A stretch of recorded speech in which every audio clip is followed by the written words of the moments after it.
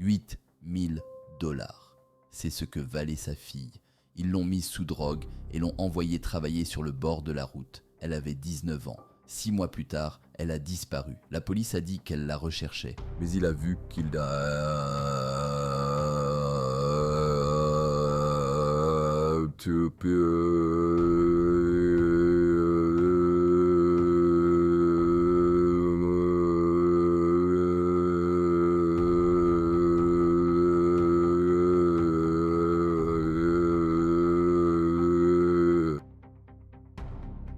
Printemps 1994, Philadelphie.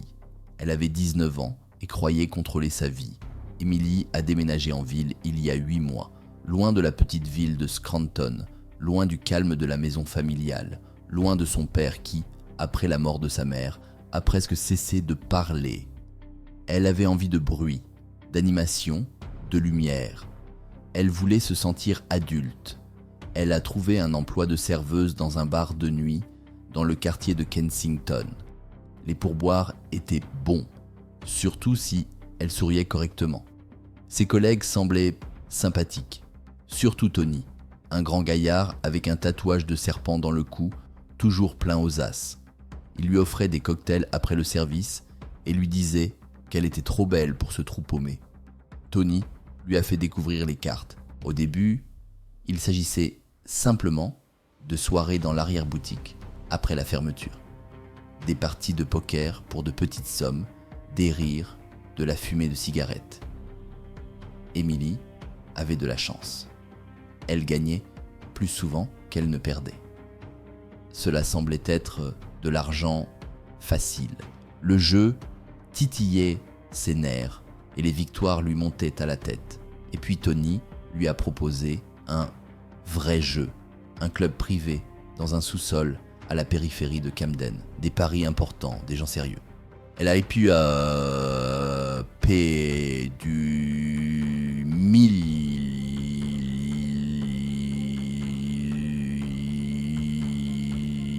100 $ en une nuit. Tony a dit « Ne t'inquiète pas, je te prêterai l'argent. Tu le récupéreras. » Elle n'a pas réussi à rattraper son retard. Au bout d'un mois, la dette était passée à 3 000. Au bout de 2 mois, elle était passée à 5 000. Tony a cessé de sourire. D'autres personnes ont pris sa place. Avec des regards froids et des phrases courtes, on lui a expliqué « La dette augmente. Chaque semaine, 20% s'ajoute. C'est ce qu'on appelle les intérêts pour l'amitié. Si tu veux arrêter le compteur, paie. Si tu n'as pas de quoi payer, travaille. » Emily a essayé de partir. Elle a fait ses valises, acheté un billet de bus pour Scranton. Elle est même arrivée à la gare routière. Elle a été interceptée dans le parking. 2 hommes, une camionnette sombre, une petite piqûre dans le cou et le monde s'est éteint. Quand elle s'est réveillée, elle était dans une pièce sans fenêtre, allongée sur un sol en béton, la tête rasée et les veines douloureuses. À côté d'elle se tenait une femme d'âge moyen qui la regardait comme si elle était un objet cassé. « Ta dette s'élève désormais à 8 000 $, dit la femme. Tu travailleras jusqu'à ce que tu l'aies remboursé, tous les soirs, 40 $ de l'heure. La moitié ira à ta dette, l'autre moitié servira à payer ta nourriture et ton lit. Si tu essayes de t'enfuir, nous ajouterons 5 000 $ supplémentaires. Et nous casserons quelque chose pour que tu t'en souviennes. » On lui a injecté quelque chose, d'abord pour qu'elle ne résiste pas, puis pour qu'elle n'ait plus envie de résister. L'héroïne a agi rapidement. Une semaine plus tard, Emily demandait déjà sa dose. 1 mois plus tard, elle ne se souvenait plus de ce à quoi elle ressemblait avant. Le crâne rasé, les joues creuses, le regard vide. Elle se tenait au coin de Kensington Avenue tous les soirs, de 22h à 4h du matin, par tous les temps. Elle a cessé de penser à s'enfuir. Elle a cessé de penser à son père. Elle a cessé de penser tout court. Le monde s'est réduit à une formule simple. Dose, travail, dose.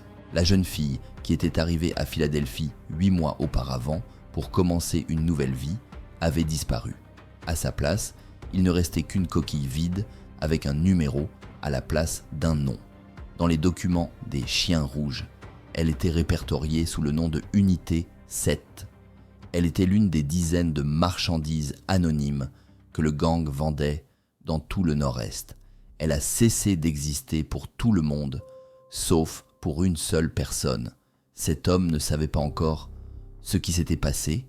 Il travaillait dans sa clinique vétérinaire dans la banlieue de Scranton, soignait des chiens et des chats et appelait sa fille tous les samedis. Parfois, elle répondait, parfois non. Et puis, elle a complètement cessé de répondre. Et alors, il s'est mis à chercher.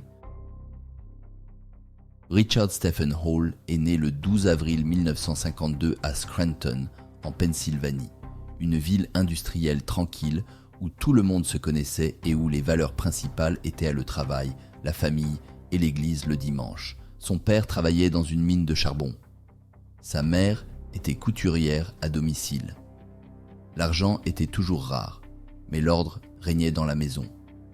Un ordre strict et silencieux. Son père ne le battait pas, mais ne le félicitait pas non plus. Sa mère l'aimait, mais ne savait pas le montrer. Richard a grandi comme enfant unique dans une famille où les émotions étaient considérées comme une faiblesse. Il a appris très tôt à tout garder pour lui. À l'école, on se souvient de lui comme d'un garçon calme et concentré. Il n'était ni un paria, ni un leader. Il ne cherchait pas à se faire des amis, préférant les livres et les promenades solitaires dans les bois environnants. Ses professeurs remarquaient son assiduité et sa capacité, étrange pour un enfant, à se concentrer pendant des heures sur une seule tâche. À 17 ans, il ramena à la maison un chien blessé qu'il avait trouvé sur le bord de la route. Son père lui dit « Jette-le, c'est une bouche de trop. » Richard ne le jeta pas. Il s'occupa d'elle pendant 3 semaines, apprit tout seul à poser une attelle, lut lui-même des ouvrages vétérinaires à la bibliothèque municipale. Le chien a survécu. Son père n'a pas dit un mot, mais il n'a plus protesté. C'était la première fois que Richard comprenait qu'il savait réparer ce qui était cassé. Après l'école, il s'est inscrit à la faculté de médecine vétérinaire de l'université de Pennsylvanie. Il a étudié pendant 2 ans, puis a abandonné. Il n'avait plus d'argent, mais sa fierté l'empêchait de demander de l'aide. Il s'est alors engagé dans l'armée. C'était en 1972. La guerre du Vietnam faisait encore rage, mais Richard n'a pas été envoyé dans la jungle, mais dans le corps médical. Ses capacités ont rapidement été remarquées. Il était calme, là où les autres paniquaient, précis, là où les autres s'agitaient. En 4 ans de service, il a été promu sergent. Il a appris à soigner les blessures, les brûlures et les chocs traumatiques. Il a appris à prendre des décisions quand il n'y a pas le temps de réfléchir. Il a appris à considérer le sang et la douleur comme un problème à résoudre. L'armée a fait de lui un professionnel, mais pas une machine. En 1976, il est revenu à Scranton, a fini ses études de médecine vétérinaire et a ouvert une petite clinique à la périphérie de la ville. C'est là qu'il a rencontré Mary, une infirmière de l'hôpital local. Une femme calme, aux yeux chaleureux, qui savait rester silencieuse à ses côtés sans que ce silence ne soit pesant. Ils se sont mariés en 1978. 1 an plus tard, Emily est née. Richard n'était pas un père parfait. Il ne savait pas jouer, il ne savait pas bavarder, il ne savait pas être léger. Mais il était là, tous les soirs, tous les week-ends. Il apprenait à sa fille à lire, lui montrait comment soigner les oiseaux blessés, l'emmenait avec lui lorsqu'il se rendait chez les fermiers. Émilie grandissait et il la regardait avec la même attention tranquille qu'il avait autrefois portée à ce chien blessé au bord de la route. Il voyait en elle quelque chose de fragile qu'il fallait protéger. Puis, Mary est tombée malade. Le cancer a été diagnostiqué tardivement, en 1989. Elle s'est éteinte 8 mois plus tard. Richard est resté à ses côtés jusqu'à son dernier jour. Il lui tenait la main lorsqu'elle a rendu son dernier souffle. Emily avait 14 ans.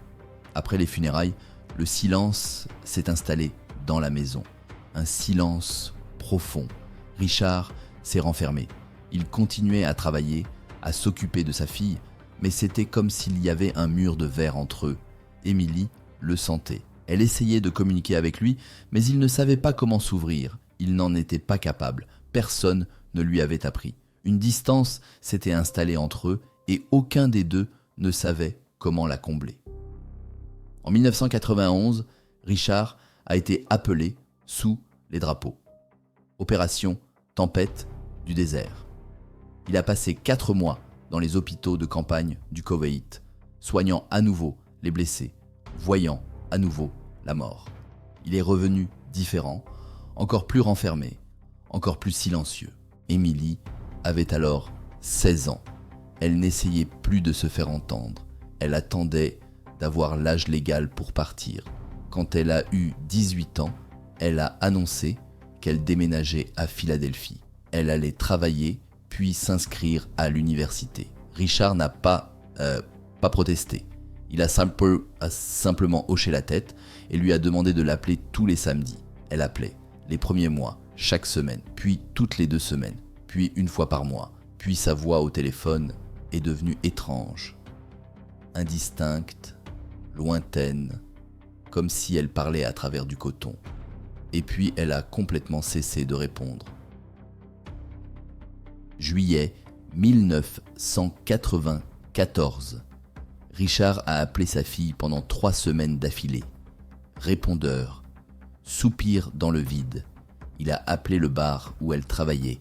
On lui a dit qu'elle avait démissionné 2 mois auparavant. Il a appelé la police de Philadelphie. Ils ont enregistré sa déclaration et promis de le rappeler. Personne n'a rappelé. 1 semaine plus tard, il prit sa voiture et partit seul pour Philadelphie. L'appartement d'Émilie était vide. Il n'avait pas été cambriolé. Il était simplement vide. Les affaires étaient à leur place. La vaisselle dans l'évier, les factures d'électricité sur la table, datant de 3 mois. Il trouva son journal intime. Les dernières notes parlaient d'accords, cartes de Tony, de dettes, de peur. Les notes s'interrompaient au milieu d'une phrase. Richard s'est rendu en personne au poste de police. L'officier de service l'a regardé avec une expression que Richard connaissait bien.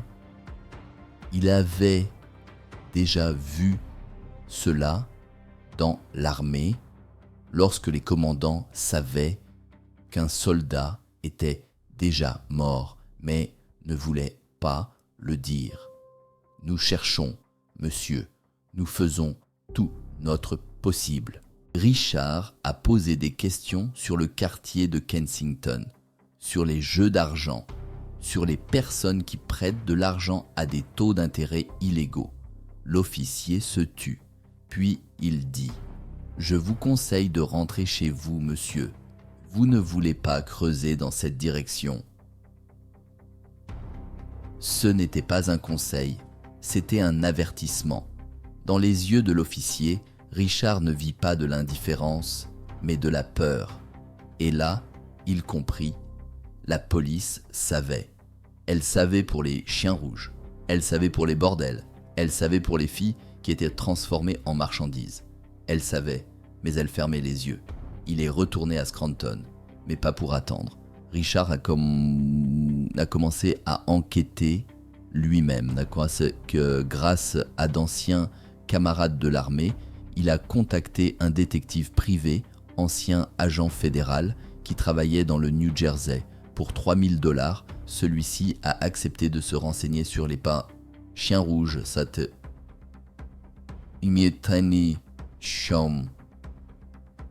ans plus d'octobre plus tard, le détective lui remit un dossier. Le groupe contrôlait le nord de Philadelphie et les zones frontalières de Camden. Drogue, usure, casinos clandestins, prostitution. Ils avaient des relations dans la police. Plusieurs officiers recevaient chaque mois des enveloppes pour assurer leur protection. Les filles qui ne pouvaient pas rembourser leurs dettes étaient retenues dans des repères et des bordels. Beaucoup d'entre elles disparaissaient sans laisser de traces. Certaines étaient retrouvées mortes. Il y avait une photo dans le dossier, floue, prise avec un appareil photo caché. Un coin de rue, la nuit, un lampadaire. Plusieurs femmes sont debout sur le trottoir. L'une d'elles est maigre, à la tête rasée et le regard vide. Richard regarda la photo pendant 17 minutes sans bouger. Il n'a pas tout de suite reconnu sa fille, Émilie, son Émilie, la fille qui lui apportait son thé quand il travaillait tard, qui pleurait quand leur chien est mort, qui rêvait de devenir enseignante. Elle se tenait désormais sur la piste, avec un numéro à la place de son nom. Richard posa la photo sur la table. Il ferma les yeux. Il resta assis 1 minute dans un silence complet. Quand il ouvrit les yeux, il n'y avait plus rien dans son regard, ni douleur, ni rage, ni désespoir, seulement un vide froid et impassible. Il savait que la police ne l'aiderait pas. Il savait que la loi ne fonctionnerait pas. Il savait que le système qu'il avait servi toute sa vie avait abandonné sa fille. C'est alors que Richard Hall prit sa décision. Il n'a pas appelé d'avocat. Il n'a pas écrit aux journaux. Il n'a pas organisé de piquet devant la mairie. Il descendit au sous-sol de sa clinique où étaient conservés les médicaments vétérinaires. Il ouvrit le coffre-fort. Il en sortit un paquet d'étorphins, un puissant tranquillisant opioïde utilisé pour immobiliser les gros animaux. Une seule ampoule suffit à mettre un cheval à terre en 3 secondes. Puis, il a sorti un vieux couteau militaire. Ensuite, un pistolet à seringue qu'il utilisait pour vacciner le bétail dans les fermes. Il étala tout sur la table. Il regarda son reflet dans la vitre de l'armoire. Il avait 42 ans. Il était un vétéran de 2 guerres. Il soignait les animaux depuis 20 ans. Il connaissait le fonctionnement du corps humain et animal. Il savait comment infliger la douleur et comment la soulager. Il savait travailler de manière méthodique, patiente et sans émotion. Et il savait ce qu'on faisait aux chiens enragés. On ne les soigne pas, on les détruit. Cette nuit-là, Richard Hall a cessé d'être vétérinaire. Il a cessé d'être père. Il a cessé d'être quelqu'un qui croit en la loi. Il est devenu chasseur et il commença à dresser une liste. Septembre 1994, début de la chasse. Richard Hall ne s'est pas précipité. Il a passé 6 semaines à se préparer avant de faire le premier pas. Il a étudié les itinéraires, mémorisé les visages, élaboré des plans. Il a abordé cela comme une opération militaire, car il ne connaissait pas d'autre approche. Le premier sur sa liste était Tony Moretti, le même Tony avec un tatouage de serpent sur le cou, l'homme qui avait initié Émilie aux cartes, qui l'avait entraîné dans le piège de l'endettement, qui l'avait livré aux chiens rouges comme une marchandise. Richard l'a suivi pendant 2 semaines. Il a étudié son emploi du temps. Tony travaillait comme videur dans un casino clandestin à la périphérie de Camden, finissait son service à 3 heures du matin et rentrait chez lui à pied en traversant le quartier industriel, toujours seul, toujours par le même chemin. Le 14 septembre à 3h22 du matin, Tony Moretti marchait dans une rue sombre, longeant des entrepôts abandonnés. Il n'entendit pas les pas derrière lui. Il ne sentit pas la présence, seulement une brève piqûre dans le cou. Puis le monde s'éteignit. L'étorphin a agi en 4 secondes. Tony se réveilla dans un sous-sol, des murs en béton, une lumière fluorescente, une odeur de chlore et autre chose, quelque chose d'animal. Il était allongé dans une cage métallique pour gros chiens, dans laquelle il pouvait à peine se retourner. Nu, le crâne rasé. Au-dessus de lui se tenait un homme vêtu d'une blouse chirurgicale et de gants en caoutchouc. Son visage n'était pas visible, seuls ses yeux étaient visibles, froids, immobiles, comme ceux d'un reptile. L'homme ne s'est pas présenté. Il n'a pas donné d'explication.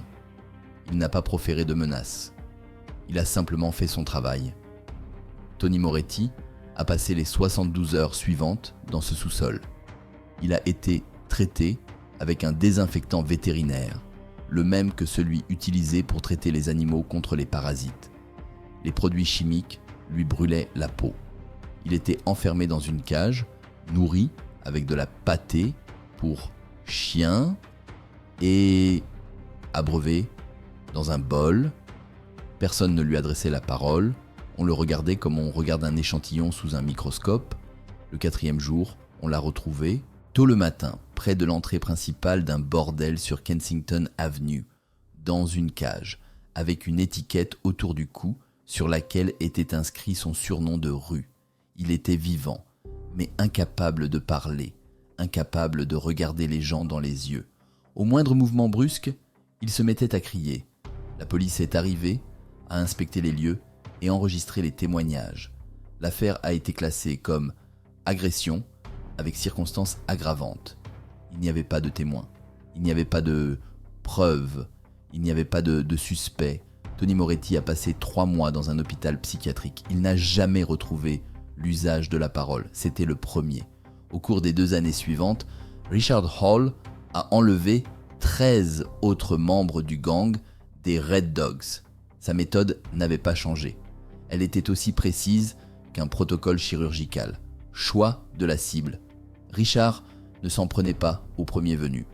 Il étudiait la structure du gang, identifiait ceux qui participaient directement à la traite des êtres humains. Les proxénètes, les gardes des repères, les chasseurs qui attiraient les filles dans des pièges de dette. Il ne touchait pas aux petits dealers ou aux petits débiteurs, seulement ceux qui transformaient les gens en marchandises. Observation, 2 à 3 semaines pour chaque cible, itinéraire, habitude, point faible. Richard travaillait la nuit, ne dormant que 4 heures par jour. Il tenait des notes soignées et systématiques, comme des dossiers médicaux. Enlèvement, toujours dans l'obscurité, toujours dans un endroit désert. Une seringue contenant de l'étorphine, silencieuse, rapide, efficace. La victime perdait connaissance avant même d'avoir compris ce qui se passait. Contenu. Le sous-sol de sa clinique vétérinaire BPR avait été réaménagé. 6 cages pour chiens de grande taille, système de ventilation, insonorisation, stock de produits chimiques et de médicaments. Richard gardait chaque victime entre 3 et 7 jours. Il ne torturait pas au sens classique du terme, il traitait. Il rasait les poils, il désinfectait la peau, il nourrissait à partir d'une gamelle. Il le gardait comme un animal. Retour, c'était sa signature. Il ne cachait pas les corps, ne dissimulait pas les victimes. Il les ramenait devant les portes des établissements où elles se sentaient chez elles, dans des cages, avec des étiquettes autour du cou. Sur les 14 victimes, 9 sont mortes, non pas à cause des tortures, mais d'une overdose de tranquillisants, d'une insuffisance cardiaque ou d'un choc. Richard n'avait pas prévu de tuer, mais il n'avait pas prévu de sauver non plus. Si l'organisme ne résistait pas, c'est qu'il ne résistait pas. Comme un animal malade qui n'a pas survécu à l'opération. 5 ont survécu, physiquement, mais psychologiquement, ils étaient détruits. Aucun d'entre eux n'a pu fournir de témoignages cohérents. Aucun ne fait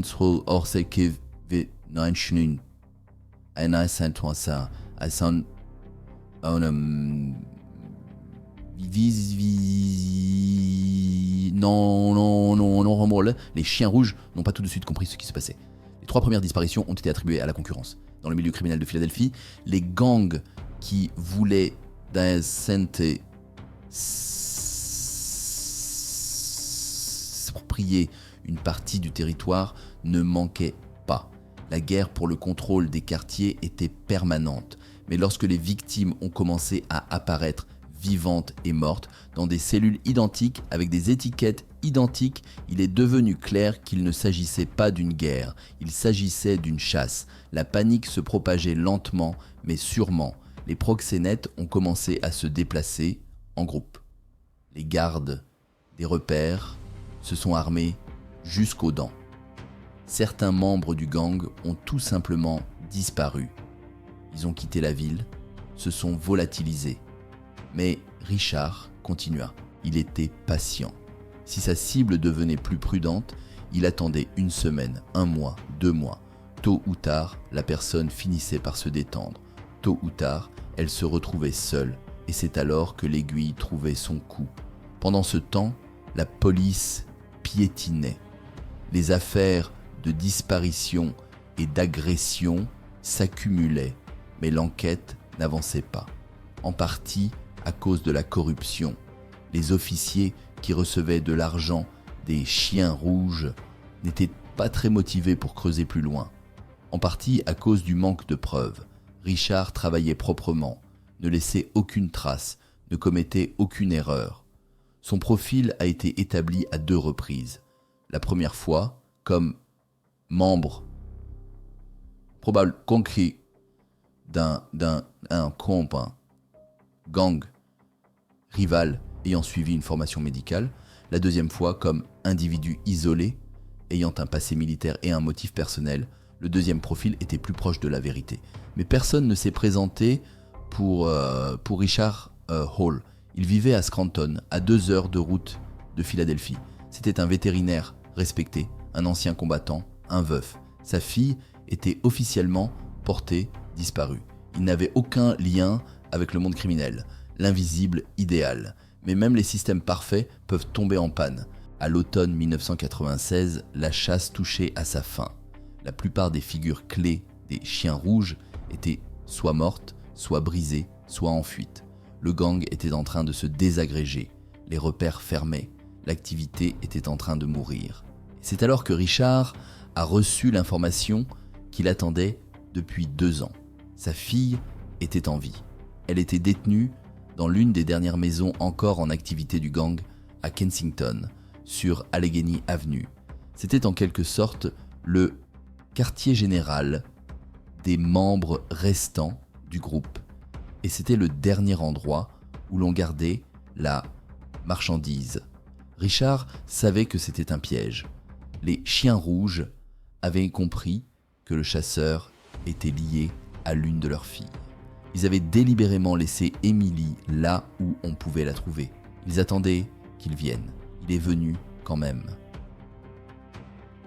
Le 14 novembre 1996, 2 heures du matin. Richard Hall a garé sa camionnette à 2 pâtés de maison de la maison située sur Allegheny Avenue. Il était armé, un couteau militaire, un pistolet seringue contenant 3 ampoules d'étorphine, un pistolet Beretta M9 qu'il conservait depuis son service militaire. Pour la première fois depuis 2 ans, il a pris une arme à feu. Il savait que cette fois-ci, tout serait différent. 4 personnes gardaient la maison. Richard voyait leurs silhouettes aux fenêtres et suivait leurs mouvements. Il a attendu 1 heure jusqu'à ce que 2 d'entre eux sortent dans la rue et montent dans la voiture. Il en restait 2 à l'intérieur. Il entra par la porte de service. La serrure était simple. 30 secondes de travail avec un crochet. Il a neutralisé le premier gardien avec un tranquillisant dans le couloir. Silencieusement, comme à son habitude. Le corps s'est doucement affaissé sur le sol. Le deuxième a entendu du bruit. Il est sorti de la pièce avec son pistolet. Il a vu Richard. Il a tiré. La balle l'a touché à l'épaule gauche. Richard riposta en tirant 2 coups de feu. Le garde s'effondra. Le bruit a attiré l'attention des personnes qui se trouvaient dans la voiture. Elles se sont précipitées dans la maison par la porte d'entrée. Une fusillade a éclaté, brève mais violente. Richard a abattu l'un des 2 hommes et blessé le second, mais il a lui-même reçu une balle dans la cuisse. Il traversa toute la maison en traînant la jambe, laissant derrière lui une traînée de sang. Il ouvrit les portes les unes après les autres. Dans l'une des pièces, il trouva 3 jeunes filles, effrayées, recroquevillées dans un coin. Il leur dit de partir. Elles ne bougèrent pas. Dans la dernière pièce, il trouva Emily. Elle était allongée sur un matelas dans un coin, maigre comme un squelette, des traces d'aiguilles sur les 2 mains.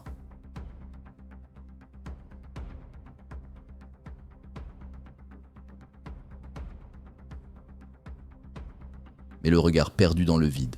Richard s'assit à côté d'elle sur le sol. Il ôta son manteau et le posa sur elle. Elle ne l'a pas reconnu. Elle n'a pas dit un mot. Elle l'a simplement regardé, comme à travers une vitre. Il était assis, ainsi, lorsque la police est arrivée. Les voisins ont appelé la police après les premiers coups de feu. 2 voitures sont arrivées 7 minutes plus tard. Les policiers sont entrés dans la maison et ont découvert 2 cadavres, 2 blessés, 3 jeunes filles en état de choc et un homme d'âge moyen assis par terre dans le couloir. Il serrait contre lui une jeune femme enveloppée dans son imperméable. À côté d'eux gisait un couteau militaire et un pistolet à seringue.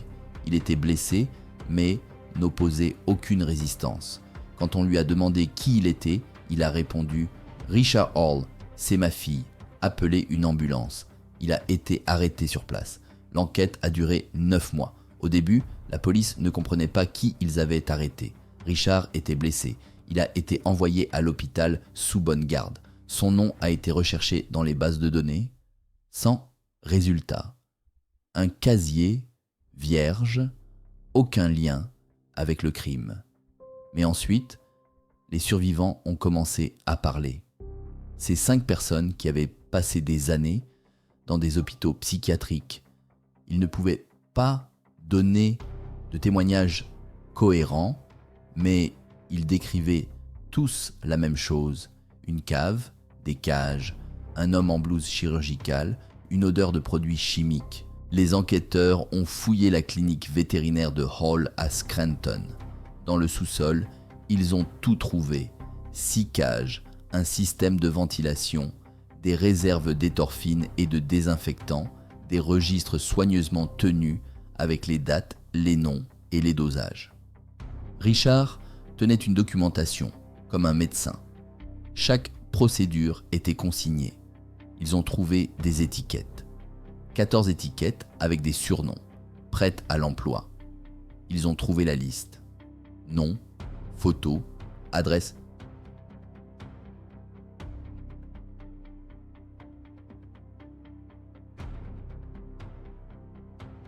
Figure clé des chiens filles. Chien rouge. Richard en a rayé 13 sur 14. Le dernier, un chef surnommé Le Moine, s'était enfui de la ville 1 mois avant le raid. Richard n'a rien nié. Lors des interrogatoires, il a pouillé Sela Abdillah. Roi Prelirpois Sela ont répondu directement, sans émotion, comme un officier faisant son rapport. Il a décrit chaque enlèvement, chaque traitement, chaque retour. Il n'a pas exprimé de remords. Il ne s'est pas justifié. Il n'a pas demandé de clémence. Quand on lui a demandé pourquoi il avait fait cela, il a répondu « Ils ont transformé ma fille en marchandise. Je les ai transformés en ce qu'ils étaient réellement, en animaux. » L'affaire a eu un large écho, mais pas dans la presse. Les autorités de Philadelphie ont tout fait pour que cette affaire ne soit pas divulguée dans les journaux. La raison était simple. L'enquête sur les activités des Red Dogs avait révélé une corruption à grande échelle au sein de la police. 11 officiers étaient liés au gang.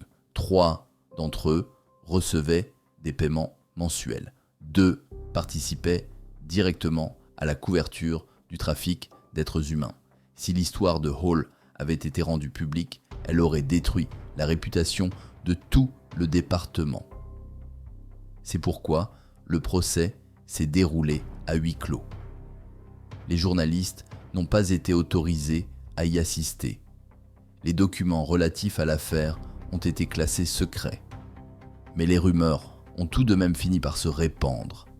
Dans les régions où sévissaient les chiens rouges, le nom de Hall était murmuré. Certains le qualifiaient d'assassin, d'autres de justicier populaire, d'autres encore simplement de père qui avait fait ce qu'il devait faire. Comme d'habitude, la vérité était plus complexe. Le procès de Richard Stephen Hall a débuté en mars 1997. Audience à huis clos, tribunal fédéral de l'Eastern District of Pennsylvania. Ni presse, ni public.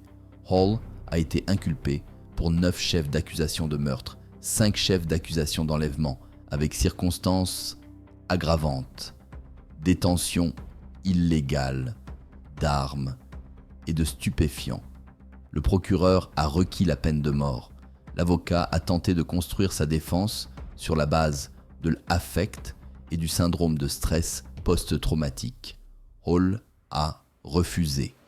Lors de la réunion, il s'est levé et a demandé la parole. « Je n'étais pas sous le coup de l'émotion », a-t-il déclaré. « Je savais ce que je faisais. J'avais planifié chaque étape. Ce n'était pas de la folie. C'était une décision. » Lorsqu'on lui a demandé s'il regrettait son geste, Hall a répondu « Je regrette de ne pas avoir commencé plus tôt. Les jurés ont délibéré pendant 11 heures. Verdict, coupable de tous les chefs d'accusation. Peine, 3 peines d'emprisonnement à perpétuité sans possibilité de libération conditionnelle. La peine de mort a été rejetée. 5 des 12 jurés ont voté contre. » Richard Hall est détenu dans la prison fédérale de haute sécurité de Lewisburg. Il n'a donné aucune interview. Il n'a pas écrit de mémoire. Il n'a pas fait appel. Une fois par an, il écrit une lettre à sa fille. Emily n'a jamais répondu. Elle a survécu. Elle a suivi une rééducation. Elle a changé de nom. Elle a déménagé dans un autre état. À la question d'un journaliste au sujet de son père, elle a répondu un jour « Ce n'est pas un héros, mais ce n'est pas non plus un monstre. C'était simplement un homme qui a fait un choix. Je vis chaque jour avec les conséquences de ce choix. » Les chiens rouges ont cessé d'exister à la fin de l'année 1997. 11 policiers liés au gang ont été licenciés ou condamnés. Le scandale a été étouffé. 5 ans plus tard, plus personne ne s'en souvenait. Cette histoire n'a pas de morale. Richard Hall a tué 9 personnes. Il en a mutilé 5 autres. Il a enfreint la loi qu'il avait juré de défendre. Mais il a aussi accompli ce que le système n'avait pas réussi à faire. Il a protégé sa fille et détruit une organisation qui se livrait à la traite d'êtres humains. Ses méthodes étaient monstrueuses. Ses motivations étaient claires. La loi a donné une réponse sans équivoque. Coupable, 3 peines à perpétuité. Et c'est juste. Mais la conscience humaine n'est pas aussi univoque. Affaire classée.